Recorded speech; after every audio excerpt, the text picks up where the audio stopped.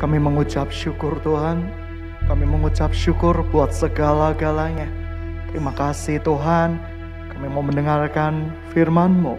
Biarkan firman-Mu memerdekakan kami semua. Dalam nama Tuhan Yesus Kristus, kami mau berdoa dan mengucap syukur. Haleluya. Amin.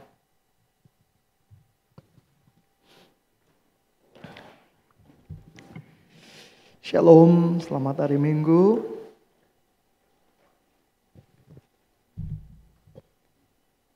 Enam tahun yang lalu di sebuah camp bernama Spirit of Warrior, saya ingat saya pernah berkata bahwa Tuhan memberikan sebuah kesempatan buat kita untuk memperbaiki apa yang telah rusak, untuk Tuhan ubah menjadi kemenangan. Saya juga ingat persis di camp itu lagu Hidup Dalam Rencanamu saya rindu untuk dibagikan dan dinyanyikan.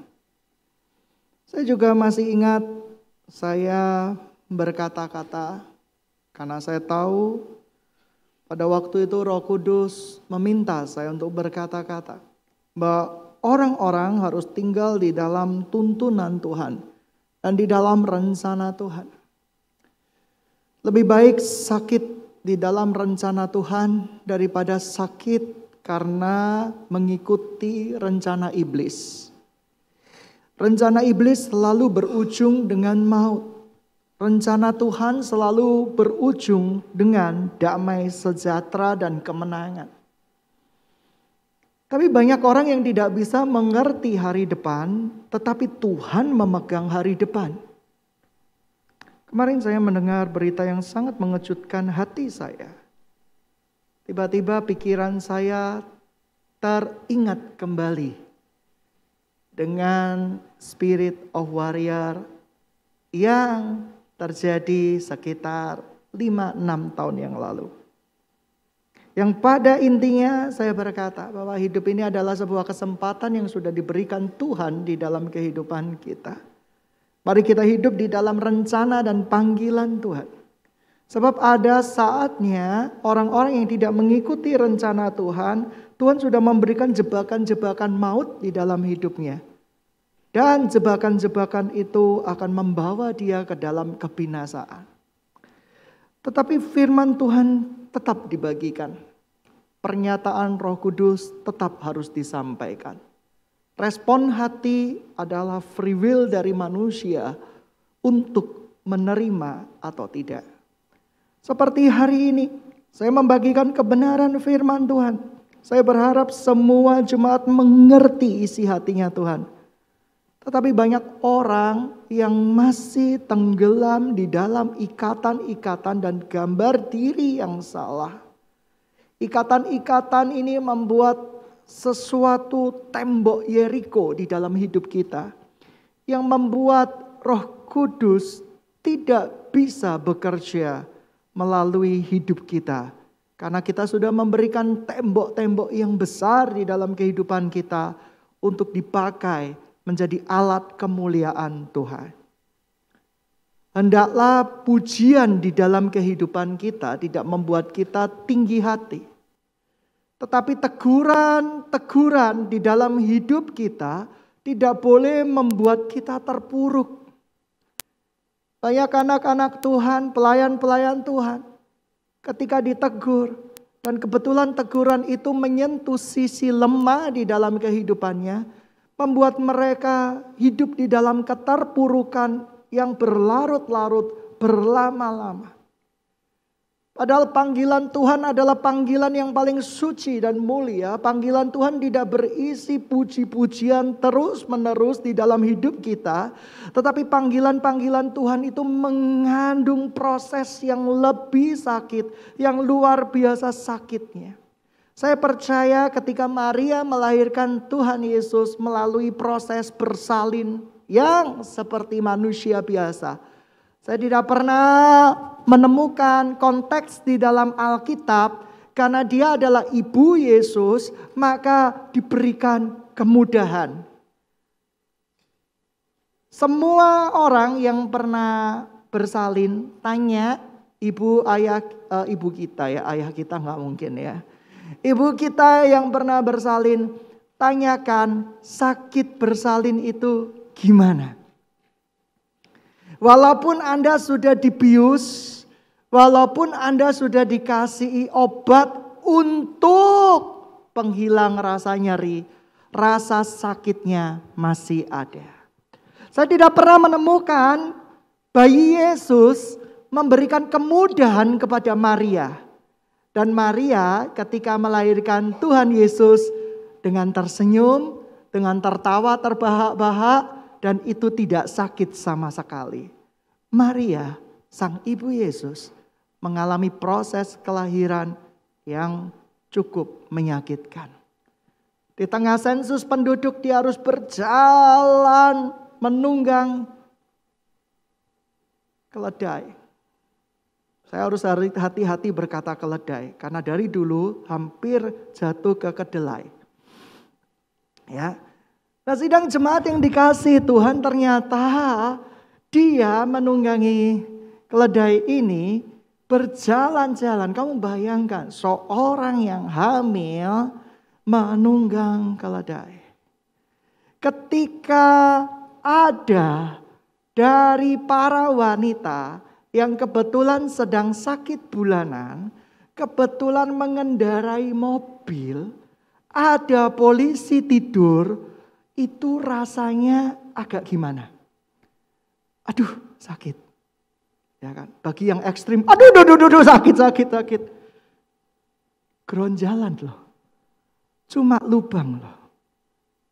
Dan kamu bayangkan di Bethlehem tidak ada jalan tol.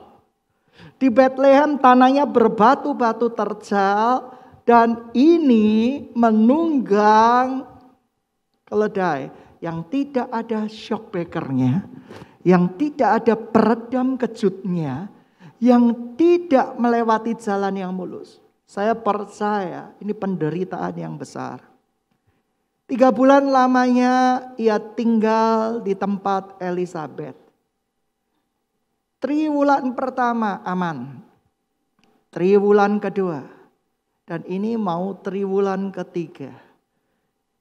Orang biasanya ketika hamil, triwulan ketiga jarang yang berjalan-jalan. Kecuali orang hiperaktif. Pergi ke mall gitu ya. Pernah jumping-jumping?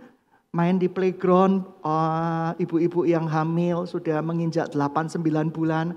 Main di playground pernah? Ada yang pernah menyaksikan main trampolin gitu? Wah gitu ya, seperti itu. Tidak ada. Tapi ini betul-betul kesakitan yang dirasakan oleh Maria. Ia mengalami proses yang sama walaupun ia memiliki privilege sebagai ibunya Yesus. Harusnya dia bisa meminta kemudahan-kemudahan kepada malaikat. Oke, aku akan lahirkan bayi Yesus. Tapi syaratnya satu. Waktu aku hamil tidak terasa apa-apa.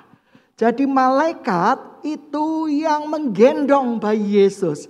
Jadi aku bisa main sepak bola, aku bisa main sepak takraw, aku bisa main badminton, aku bisa jumping ke sana ke sini. Aku bisa menari tamborin. Malaikat, pokoknya saya punya satu syarat. Kamu boleh pakai hidupku, pakai tubuhku. Tapi satu, beri aku kemudahan. Apakah Maria pernah berkata seperti itu? No. Tak pernah. Apakah Maria mendapat kemudahan? Tidak. Seorang pelayan Tuhan adalah sebuah anugerah kita bisa melayani Kristus Tuhan kita. Dan saya percaya Tuhan tidak akan pernah meninggalkan kita. Sebab Dia setia, terlalu setia. Bahkan saat kita tidak setia, Tuhan setia. Saya percaya dengan pemeliharaan orang-orang kudus di gereja Tuhan. Sekalipun tidak pernah meminta, tetapi Tuhan selalu menyediakan tepat pada waktunya. Lalu apa yang harus kita lakukan sebagai seorang pelayan Tuhan, seorang hamba Tuhan? Maria ini berkata, aku ini cuma hamba Tuhan, be it unto me according to your word. Seorang hamba Tuhan haruslah seorang yang penuh dengan Roh Kudus.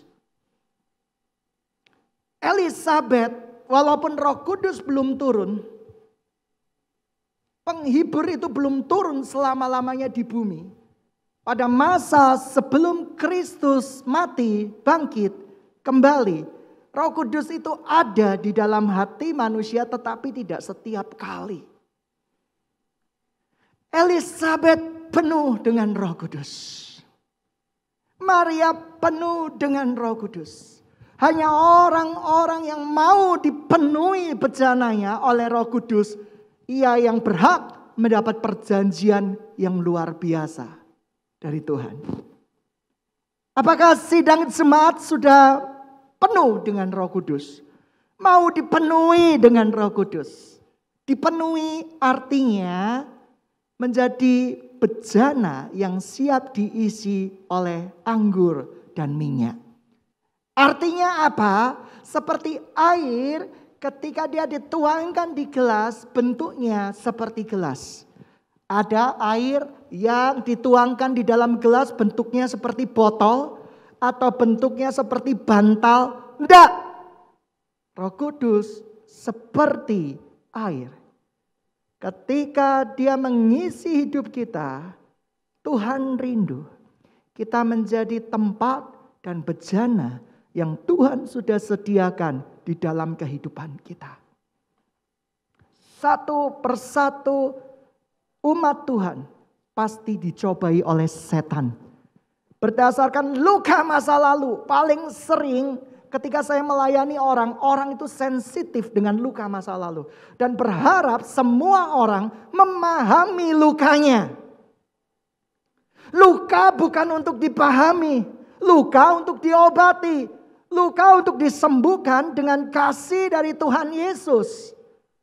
Luka bukan untuk dipelihara, luka bukan untuk dinikmati, luka untuk disembuhkan. Dan banyak orang yang tidak bisa menyembuhkan luka mereka karena masih eman-eman dengan luka mereka. Ketika dibersihkan, diobati, dikasih anggur sebagai peredam rasa sakit atau pembunuh bakteri, mereka nggak mau. Karena mereka masih tinggal suka dengan luka itu. Tiap orang pernah punya luka di dalam hidupnya. Dan hati-hati ketika luka itu mengambil kendali hidupmu ketimbang Roh Kudus. Saat itu juga kamu sudah hancur. Saat itu juga kamu sudah terpisah dari rencana Tuhan. Dan iblis membuat rencana yang lebih besar untuk menghancurkan kehidupan kalian. Satu kali saya pernah berbicara 4 mata dengan seorang pria. Kamu punya panggilan hidup di dalam Tuhan. Kerjakan. Kerjakan. Ya, saya tahu. Tapi. Ya, saya tahu. Tapi. Roh Kudus penuhi saya dan saya berkata. Sebab tidak dalam 10 tahun. Ketika engkau tidak mengerjakan panggilan Tuhan. Ketika engkau tidak sungguh-sungguh tinggal di dalam pertobatan. Saya melihat maut di dalam hidupmu. Dan maut itu terjadi. Maut itu tidak menunggu waktunya lagi. Ketika kita memberikan pikiran jahat itu masuk di dalam luka hidup kita. Kita adalah orang yang gagal. Kita orang yang gak pernah bisa sukses. Bahkan teguran manis dari Tuhan bisa menjadi penghakiman buat kita. Ketika kita tidak mau menjadi bejana yang dipenuhi oleh air kehidupan. Ketika kita merasa hidup kita sudah benar, saat itu kita sudah jatuh ke dalam lubang yang sama. Banyak orang yang awalnya pilihan Tuhan berubah menjadi tembok-tembok Yeriko yang menghalangi kebangunan rohani terjadi karena ketakutan-ketakutan mereka yang tidak beralasan. Karena pikiran-pikiran mereka. Hati-hati. Jangan sampai Yerusalemmu menjadi Yeriko yang sangat besar. Dan kamu dianggap menjadi penghalang kebangunan rohani. Saya tidak pernah mau dianggap menjadi penghalang kebangunan rohani. Seperti di dalam Injil Lukas. Kita baca Injil Lukas sama-sama.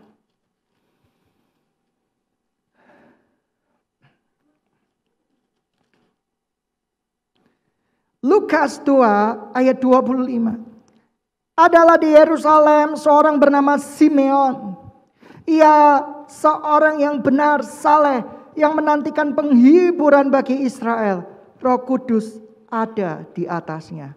Sekali lagi, hanya orang-orang yang dipenuhi oleh Roh Kudus yang bisa bermimpi bahwa Indonesia, Asia Timur suatu saat akan mengalami kebangunan rohani yang begitu besar. Dan itu dimulai dari gereja Tuhan yang dimurnikan. Gereja Tuhan yang mengupayakan kebangunan rohani bukan dengan kekuatan hikmat atau kelicikan tipu daya.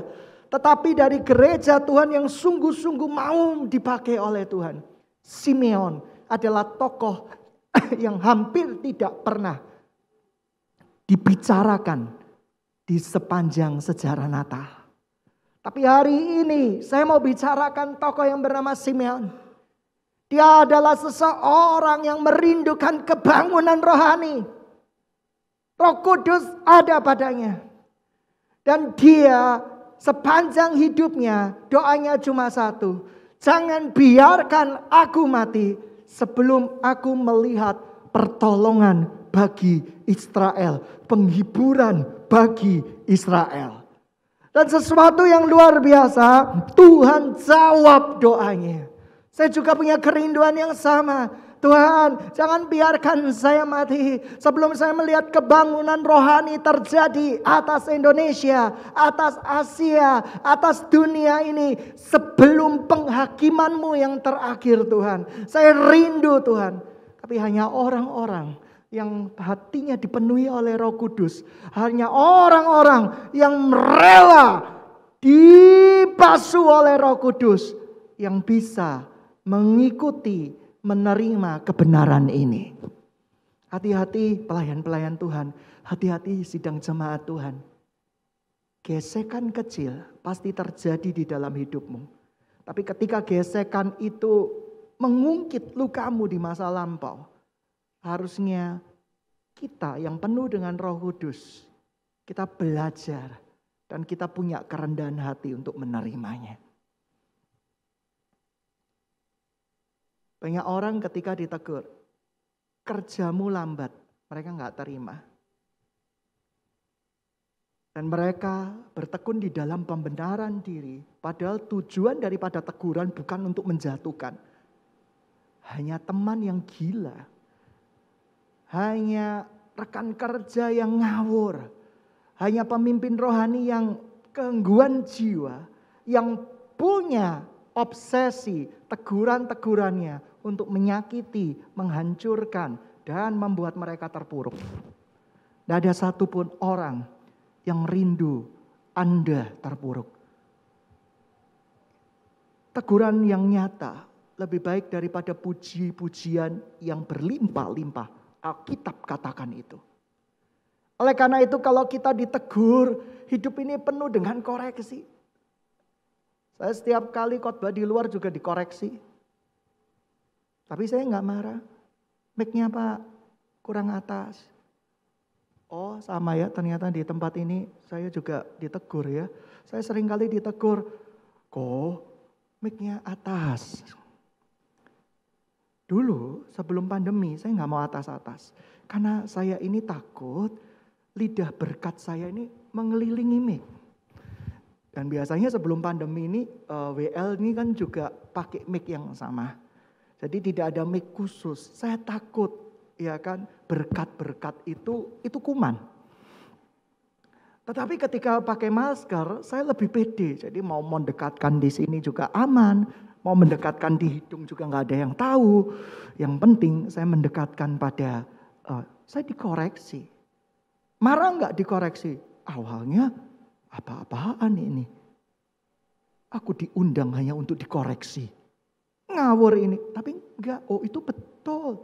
Saya seringkali lupa bahwa ini bukan eranya Tuhan Yesus di mana saya bisa menggunakan kekuatan suara saya di gunung-gunung 5.000 orang mendengar. Saya pernah juga dikoreksi. Koreksinya dari tukang parkir. Hal memarkirkan mobil. Ketika badan ini sudah letih dan capek dan tergesa-gesa, saya ini cenderung memarkirkan mobil itu moncong ke depan, moncong itu ke belakang. Ditegur sama security-nya. Negurnya nggak enak lagi. Bapak baru belajar mobil berapa lama? Ini ngajak tukaran atau ngajak seperti itu? Dek, saya ditegur. Tapi respon terhadap teguran itu penting. Oh iya Pak, maaf saya rapikan. Dengan setengah mendongkol, saya merapikan itu. Dan akhirnya moncong di depan semua. Lalu tukang parkir itu menambah, iya Pak kayak cewek aja parkirnya. Waduh, sakit nggak lu? Kalau ada energi dari surga, sudah saya turunkan untuk membakar api kudus itu. Tapi saya harus jadi saksi yang hidup. Hati boleh dongkol. Saya bilang sama abang parkir itu, terima kasih. Ya, selesai permasalahan. Coba saya emosi. Lu mau apa? Gua bayar. Mana ada aturannya? Moncong di belakang, di depan, mana ada aturannya? Gak pernah ada aturannya. Ada gak aturannya? Gak ada. Silakan parkir, moncong di belakang. Gak ada. Tapi karena dia yang jaga, dia yang berkuasa dong. Kalau saya terpancing bertengkar, viral di sosial media. Padahal yang sangat sepele. Kau lihat orang-orang yang viral di sosial media adalah hal-hal yang sepele. Tapi apakah sering kali saya berhasil atau sering kali saya gagal? Satu kali ketika saya di minimarket, saya biasa kasih tabur lah buat abang-abang parkir. Karena itu bagi saya kasihan juga, mereka sudah jaga, saya tabur lah. Tapi ada satu kali, saya tidak bawa uang sama sekali. Saya cuma bawa ATM. Dan kebetulan di sebuah minimarket itu ada tulisan apa? Parkir gratis. Saya tidak di trotoar, saya masuk di minimarket. Dan tiba-tiba abang parkirnya yang awal saya datang tidak terlihat. Begitu keluar terlihat. Luar biasa kan? Luar biasa seperti malaikat penjaga. Gitu ya, seperti itu. Tiba-tiba terlihat. Seperti itu. Dan dia ketuk pintu. Pak, uang parkir. Saya akhirnya nunjuk. Parkir gratis. Iya Pak. Temboknya yang ada tulisan itu Bapak mepetkan di sana itu gratis. Loh ini rumus dari mana? Enggak, pokoknya gratis. Saya ingin ngajak bertengkar orang itu. Tapi akhirnya Tuhan cegah hati saya. Sederhana loh. Bagi saya uang itu enggak berarti banget. Tetapi kebetulan saya cepat-cepatan dari rumah dan hanya bawa ATM. Seperti itu. Akhirnya saya permisi Pak, saya parkirkan lagi. Saya ambil ATM. Pak tolong kembalikan, saya kerjain juga pakai uang 100.000 tolong dikembalikan. Dia bingung cari sana, dia cari sini, bingung gitu ya. Saya minum gitu ya, minum teh, saya seperti itu, sudah. Dan terakhir puji Tuhan, Pak enggak ada kembaliannya, haleluya, saya balik lagi. Kadang kita ini lucu, area-area kecil di dalam kehidupan kita dengan mudahnya dikoyakkan oleh iblis. Masa memberkati abang parkir bisa mengganggu damai sejahtera kita? Ini kan lucu. Mereka juga butuh makan. Mereka butuh diberkati Tuhan. Oleh karena itu Bapak Ibu yang dikasihi Tuhan, hanya orang yang mau menjadikan tubuhnya menjadi bejana, dia yang bisa dipakai oleh Tuhan. Saya sempat tidak mau melayani. Sepersekian detik tidak mau melayani di Healing from Heaven. Sebab ada komen-komen dari anak-anak tertentu yang lucu. Pendetanya lagi capek ya, lesu ya, semangat. Malu tau. Dikomen di depan umum dan dijadikan tontonan umum di depan pemerintahan. Tapi saya refleksi sebentar. Iya ya, saya memang capek. Saya memang lelah. Ya udahlah, ya gak masalah lah. Seketika hati saya berubah. Yang tadinya capek, saya punya respon berapi-api melayani Tuhan. Coba saya ditegur, tiba-tiba saya menjadi hamba Tuhan yang baperan sedunia. Iya, saya letih. Saya tidak pantas melayani Tuhan. Diiringi oleh orkestra dari iblis. Dan biola-biola yang menyayat hati. Waduh, saya gak mau melayani lagi. Semua orang punya pilihan untuk melayani Tuhan. Semua orang punya pilihan untuk diproses atau tidak diproses. Simeon ini luar biasa, ya.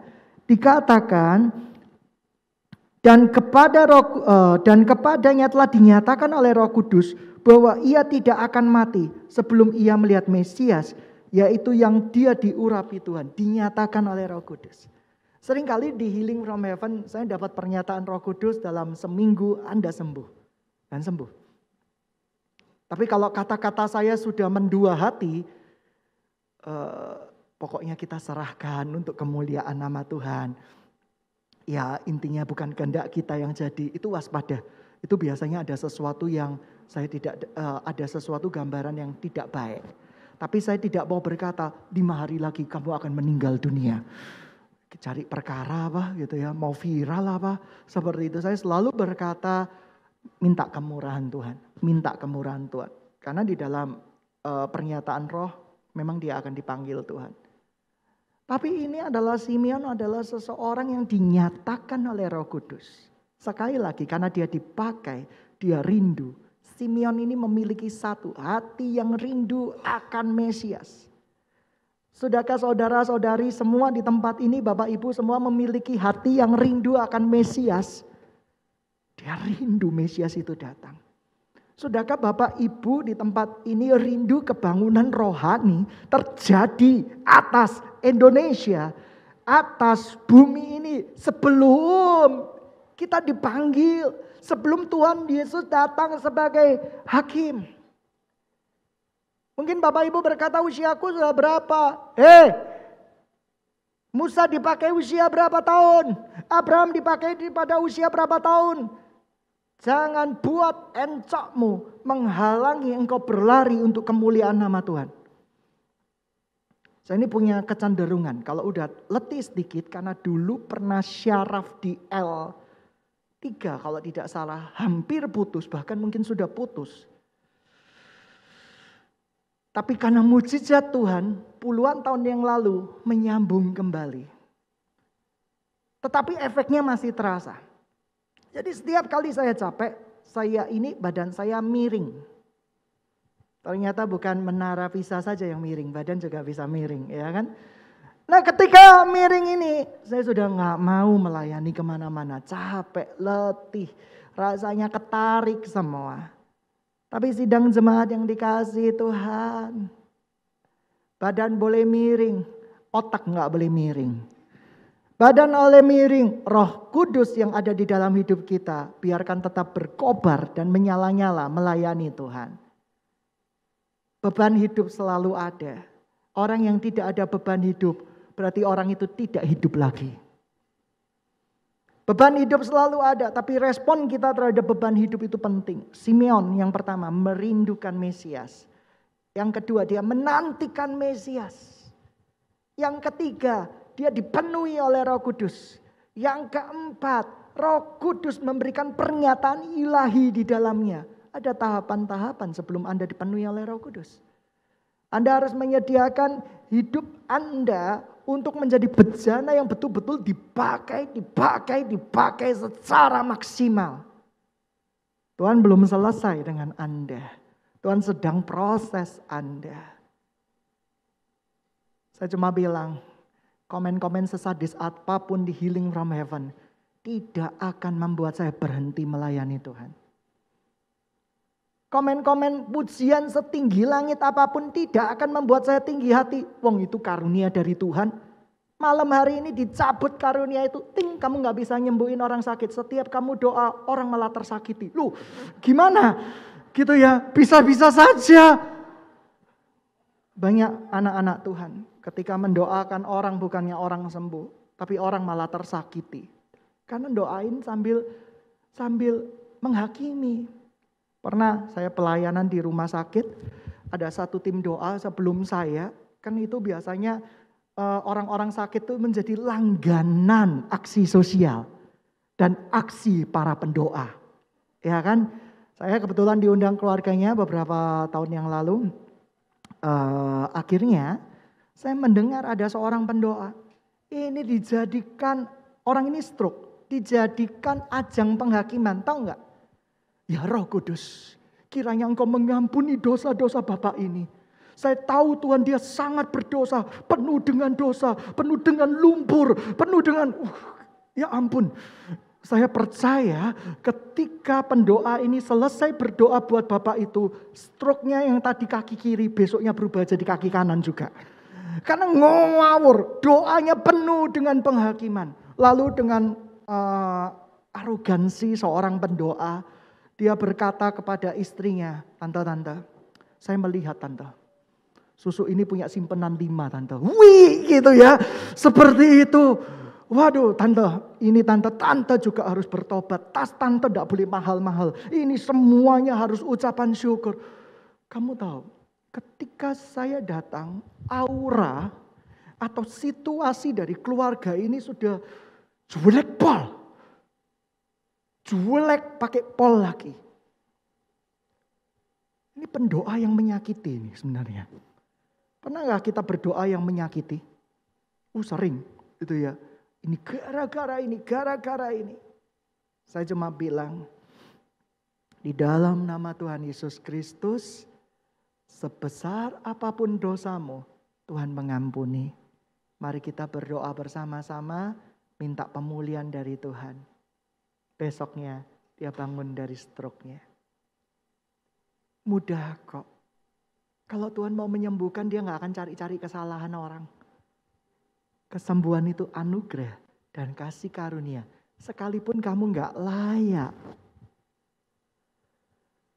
Ketika Tuhan Yesus menyembuhkan orang di Gerasa, apakah itu karena ada pertanyaan yang menggelitik? Apakah karena hati dari orang gila itu, orang gila punya jiwa dan hati itu gimana ceritanya? Orang gila yang baik hati, ada gak kira-kira? Orang gila yang baik hati itu ada nggak? Tidak ada. Tetapi ada pertanyaan yang menggelitik sekali. Dan dalam tanda kutip berkata bahwa kenapa Tuhan menyembuhkan orang Gerasa? Gila. Apakah karena kehendak bebasnya? Ataukah karena gangguan jiwanya? Atau apa? Yaitu free will-nya Tuhan, suka-sukanya Tuhan. Karena ada posisi di mana kita yang tidak bisa mengerti sebelumnya. Ada seseorang yang gak mau menyanyikan satu lagu karena terlalu pandai di dalam menganalisa Alkitab. Tapi saya rasa itu betul. Keselamatan bagi Allah yang duduk dan bertata. Loh, keselamatan itu dari Allah, bukan bagi Allah. Tapi karena konteks Alkitabnya yang Yahud, dia gak mau menyanyikan lagu itu. Saya rubah saja. Bagi dari, selesai kan. Itu kan cuma masalah belong. Di dalam bahasa Inggrisnya dia salah terjemahan.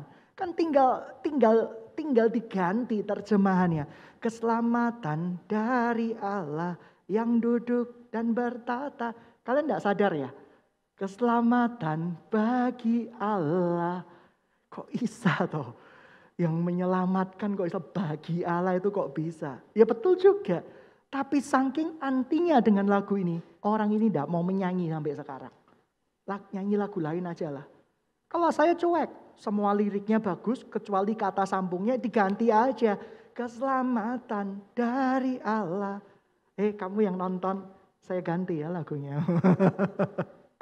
Ya, yang duduk dan bertatap. Kami naikkan malam anak domba. Tuhan izinkan saya menciptakan lagu sendiri karena saya selalu tidak hafal lagu orang lain. Serius. Gitu ya. Saya selalu ketika terakhir liriknya krik di pikiran saya. Ya, belum punya talenta worship leader.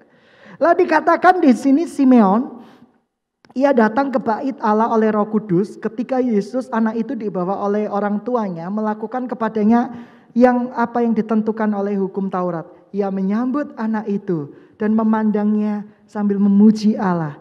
Sekarang Tuhan, biarkan hamba-Mu ini pergi dalam damai sejahtera sesuai dengan firman-Mu. Sebab mataku telah melihat keselamatan yang daripada-Mu, yang telah Engkau sediakan di hadapan segala bangsa.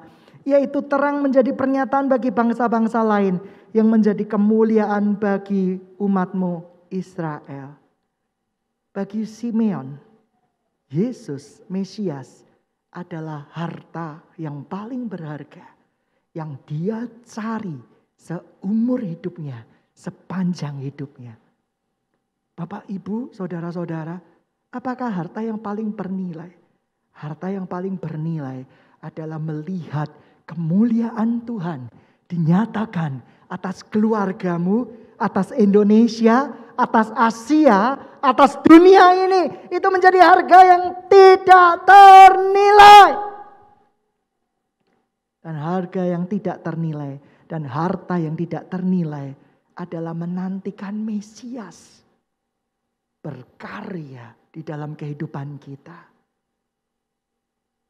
Berkarya dalam kehidupan kita. Kemarin ada salah satu anak Rikom yang meninggal. Entah wajar, tidak wajar. Tapi saya kepikiran seharian penuh. Saya cuma berpikir, sudahkah terima keselamatan dari Allah? Hidup ini cuma sementara.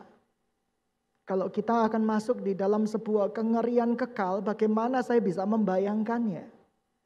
Oleh karena itu selagi kita hidup, mari kita jadikan Yesus harta yang tidak ternilai. Masukan dari orang lain tidak akan menggantikan posisi Yesus di hatimu. Kritikan dari orang lain tidak menggantikan pandangan Yesus atas engkau. Yesus coba berkata, ketika Tuhan berkata, ada orang berkata bahwa benahi posisi mobilmu. Itu kritikan dari orang, tapi tidak menggantikan posisi Yesus di hati saya yang menjadi pembawa damai sejahtera.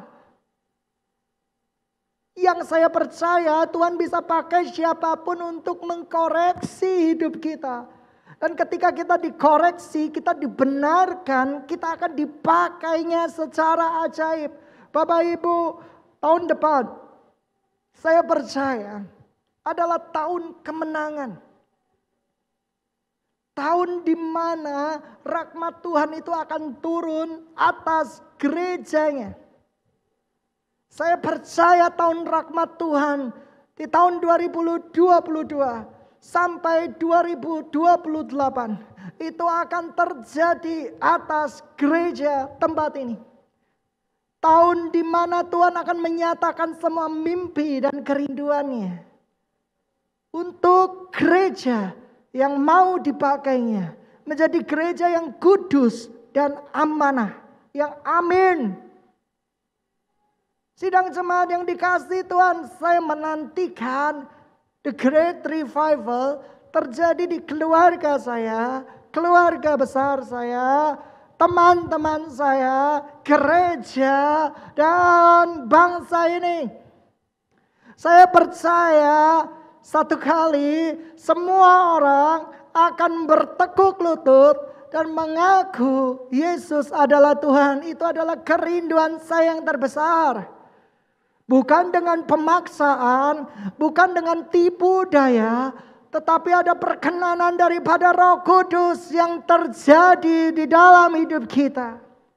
Sidang jemaat yang dikasihi Tuhan, jikalau Roh Kudus berdiam diri dan bertata di dalam hatimu, ada perkenanan-perkenanan Tuhan, apa sih yang tidak dibuat Tuhan berhasil di dalam hidupmu? Apapun yang kamu kerjakan di dalam Yesus akan dibuatnya berhasil. Karena kamu mengerjakan bukan untuk kepentinganmu, tetapi untuk karya kemuliaannya Tuhan. Engkau merintis sebuah usaha, mimpimu agar Kristus dinyatakan. Agar Kristus dinyatakan lewat usahamu. Agar engkau bisa menjadi saksi yang hidup dan berkat yang mulia. Sejak saat itu, jikalau Roh Kudus ada di dalam hidupmu, Dia adalah roh hikmat yang memberikan hikmat. Kamu harus melangkah kemana, berjalan di mana, berjalan di dalam perkenanan Tuhan yang sempurna. Bapak, Ibu, saudara-saudari yang dikasihi Tuhan, persiapkan hati tubuh kita seperti Maria, seperti Simeon, seperti Elisabeth, menjadi bejana yang siap dipenuhi oleh Roh Kudus, siap dipakai oleh Roh Kudus. Karena saya percaya Yesus adalah harta yang paling tidak ternilai, yang tidak tergantikan oleh siapapun juga. Dia adalah segala-galanya. Ketika kita mencintai Tuhan, penuh dengan Tuhan, kita tidak akan kucing-kucingan dengan rencana Tuhan. Ketika kita penuh dengan Roh Kudus, Roh Kudus akan memberikan api yang kudus, membuat kita bekerja, melayani dengan segenap hati, segenap jiwa, segenap kekuatan. Sebab Roh Kudus menciptakan nyanyian-nyanyian baru di dalam hidup kita, perjalanan-perjalanan baru di dalam hidup kita. Dan selamat datang tahun-tahun di mana anugerah Tuhan terjadi. Tahun-tahun di mana penyertaan Tuhan yang besar-besaran terjadi. Saya percaya itu akan dinyatakan. Saya menjadi bejana saja yang siap untuk dipakai Tuhan. Tuhan suruh ke kota kecil siap, ke kota besar siap, kemanapun siap. Karena saya percaya jikalau engkau yang mempersiapkan, engkau yang akan memperlengkapi, engkau yang akan menuntun anak-anakmu. Jangan biarkan waktu hidup kita tersia-sia mengikut dunia, mati bagi dunia. Dan akhirnya sejarah tidak akan mencatat apapun di dalam kehidupan kita. Ketika Anda mati bagi dunia, keselamatan Anda diragukan. Tetapi saya percaya dengan kebaikan Tuhan. Saya berharap orang-orang yang belum mengenal kasih Tuhan, yang salah melangkah 3 detik sebelum kematiannya, dia bertobat dan mengakui Yesus sebagai Tuhan kembali. Dan saya percaya keselamatan itu nyata. Bapak, Ibu, saudara-saudari yang dikasihi Tuhan, mari. Sudahkah engkau menjadikan Yesus harta yang tidak ternilai? Sudahkah engkau menyiapkan rumahmu ini menjadi perkenanannya Roh Kudus? Menjadi bejana perabot yang dipakai untuk alat kemuliaan Tuhan. Saya rindu di tahun depan ada tim-tim doa yang berdatangan ke rumah-rumah sakit. Kemarin karena sedikit emosional dan sedih, saya bertanya sama Tuhan, Tuhan, kami pernah seizin-Mu membangkitkan orang mati, tapi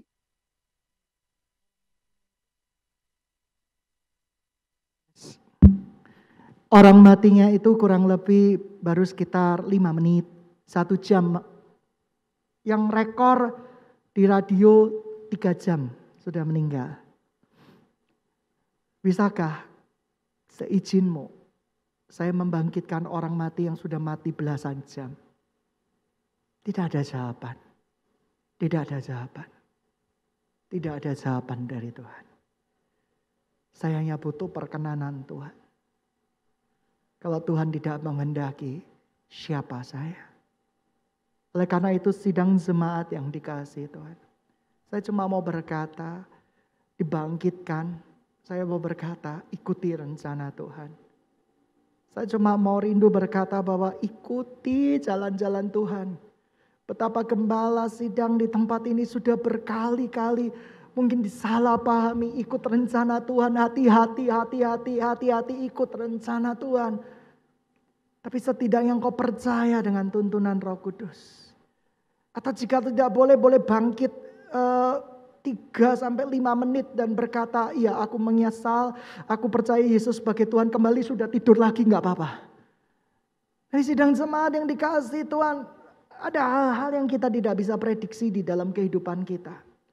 Tapi yang penting kita percaya sama Tuhan Yesus. Dan Tuhan tidak akan pernah meninggalkan hidup kita. Sidang jemaat, siapa yang percaya? Tahun depan anugerah Tuhan semakin lama semakin nyata di dalam keluargamu, hidupmu dan tujuan hidupmu. Kasih 2 tangan ke atas, lambai-lambaikan. Yang gak melambai-lambaikan, Anda kurang percaya atau sakit tangan. Kalau sakit tangan, kita berdoa hari ini. Siapa yang percaya tahun depan adalah tahun rahmat Tuhan buat kita semua. Lambai-lambaikan tangan, haleluya. Studiku akan dipakai Tuhan, pekerjaanku akan dipakai Tuhan, usahaku akan dipakai Tuhan, anakku akan dipakai Tuhan, cucuku akan dipakai Tuhan, cicitku akan dipakai Tuhan. Semua makhluk di tempat rumahku dipakai Tuhan. Ya, haleluya. Yesus itu terlalu bernilai dalam hidup kita. Sekali lagi, teguran jangan menjatuhkan Anda. Tetapi pujian jangan membuat Anda tinggi hati. Saya undang Evi maju ke depan. Beberapa waktu yang lalu saya menciptakan lagu. Untuk referennya, liriknya dibantu anak saya sedikit. Karena saya nggak bisa bahasa Inggris. Jadi saya minta dia terjemahkan.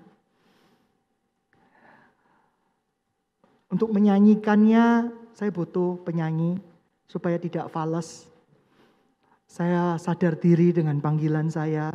Kecuali tahun depan, tahun rahmat Tuhan, di mana tiba-tiba saya bisa menjadi seorang worship leader yang luar biasa. Amin. Ya, saya juga dari dulu itu kerinduan saya.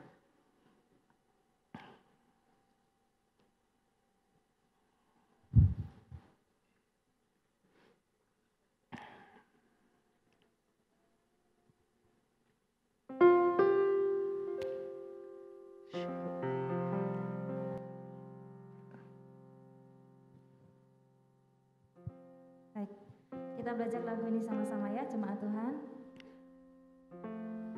Take my soul, take my sin, take my life.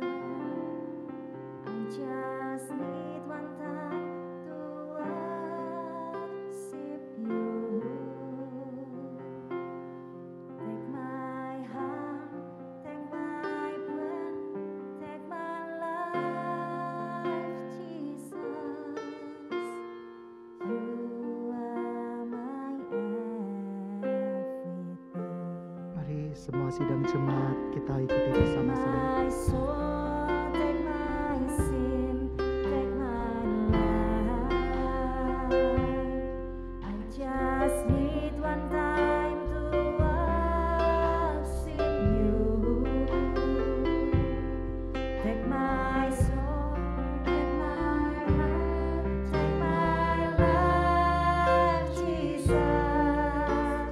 You are my Mari kita bangkit berdiri bersama-sama. Angkat ke tangan kita ke atas. Take my soul, take my sin, take my life. I just need one time to worship you. Take my heart, take my breath, take my life, Jesus. You are my everything. Sekali lagi kita nyatakan bersama-sama. Jesus, you're my only one, and forever let all the glory be to your name.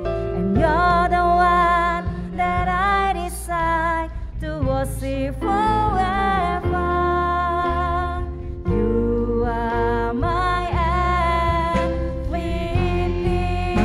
bersama-sama. Jesus, you're my only one, and forever, and all the glory be to your name. And you're the one that I desire to worship forever. You are my everything.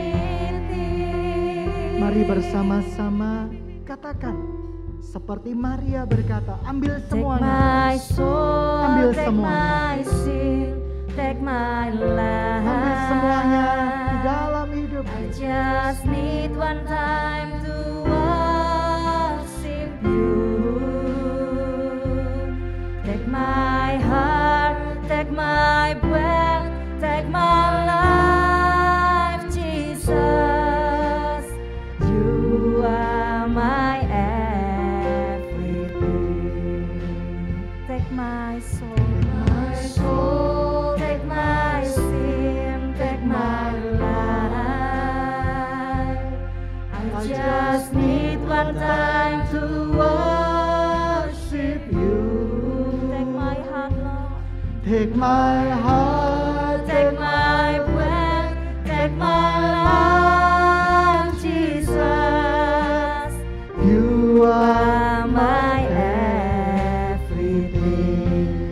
Jesus, you're my only one. Jesus, you're my only one, and forever, let all the glory be to your name. And you're the one that I desire to worship forever. You are my everything.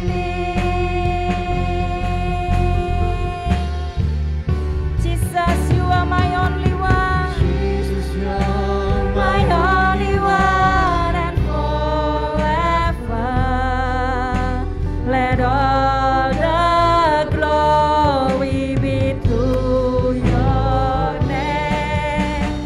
And you're the one that I desire to worship forever. You are my everything. Jesus, you're my only one, and forever. Segala kemuliaan bagimu Tuhan. Mari berikan kemuliaan bagi namanya. You're the one that I desire to worship forever. You are my everything. Tuhan, seperti kerinduan seorang anak, seperti kerinduan dari Maria, kerinduan dari Elizabeth dan Simeon. Tuhan, ambil seluruh hidup kami, ambil seluruh dosa-dosa kami, ambil seluruh nafas kami bahkan Tuhan. Kami mau Tuhan menyembah-Mu, kami mau memuji-Mu lagi Tuhan. Tuhan, kami juga rindu Tuhan, ambil kalau perlu nafas kami. Engkau segala-galanya.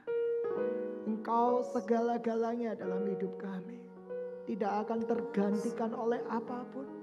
Walaupun hati kami kadang sepi, walaupun kadang hidup kami terasa Engkau begitu jauh, tapi tidak mengubah kenyataan. Engkau segala-galanya. Engkau harta yang tidak bernilai Tuhan. Kami mengucap syukur untuk itu. Terima kasih Yesus, terima kasih.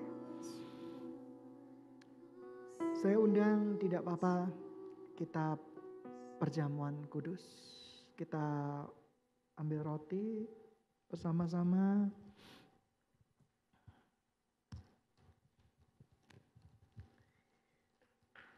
Dan sebelumnya kita coba nyanyikan lagu ini sekali lagi dengan penyembahan kepada Tuhan kita.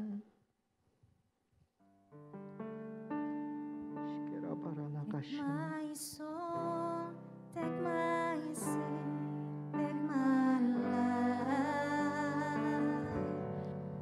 just need one time to worship you. Take my heart, take my breath, take my life, Jesus. You are my everything. Take my soul, take my soul, take my sin, take my life. I just need one time to worship you. Take my heart, take my breath, take my life, Jesus. You are my everything. Thank you, Jesus. Sidang jemaat yang dikasihi Tuhan, kita ambil roti di tangan kita. Kau segala-galanya bagi kami.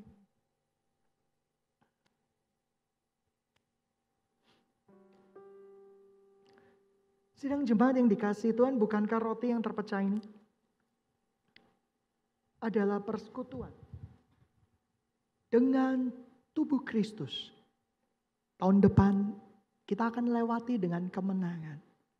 Tahun depan kita akan lewati dengan seluruh anugerah Tuhan terjadi di dalam hidup kita. Kita makan bersama-sama dalam nama Yesus.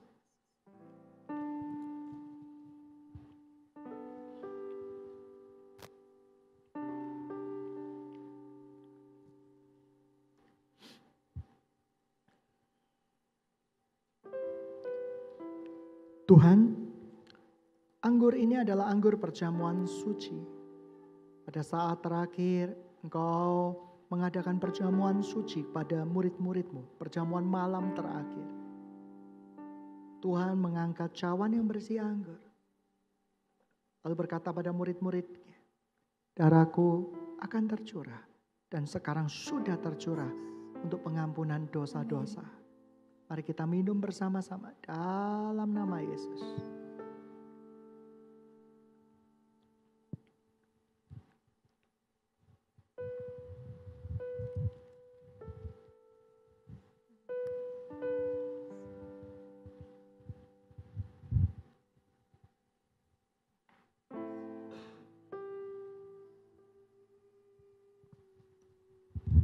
Besar anugerah-Mu,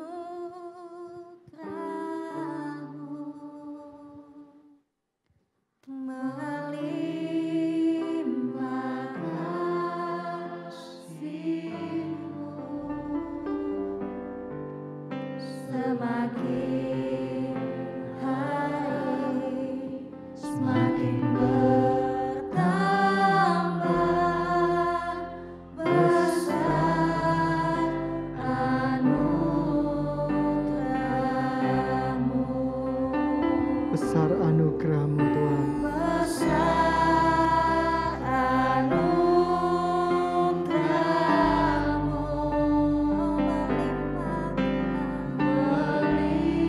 melimpah kasih-Mu,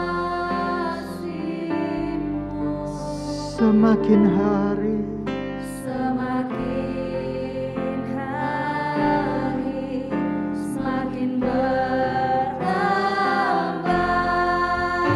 besar anugerah-Mu. mari kita angkat tangan bersama-sama. Besar anugerah-Mu.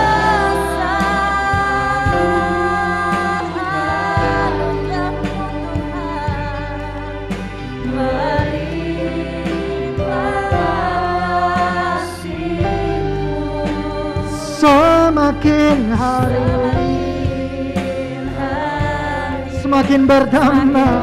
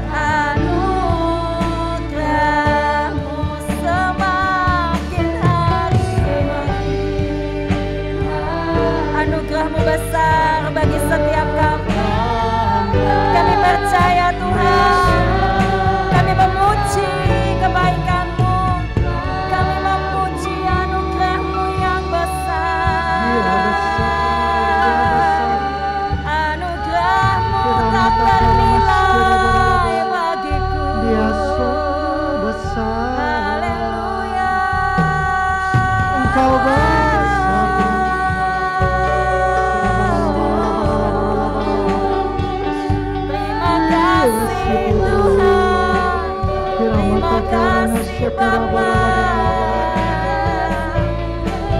Kau segalanya, Kau segalanya,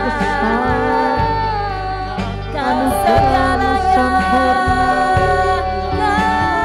Kau percaya, kami bersyukur Tuhan, kami bersyukur rahmat-Mu, anugerah-Mu. Terima kasih Tuhan.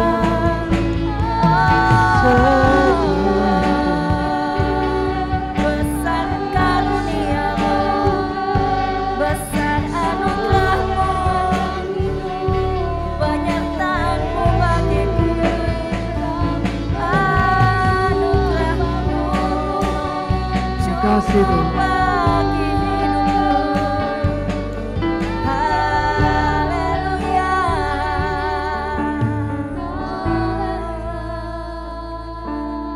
Terima kasih untuk segala-galanya Tuhan. Engkau baik, Engkau baik Tuhan, Engkau baik. Engkau baik Tuhan. Segala-galanya bagimu Yesus.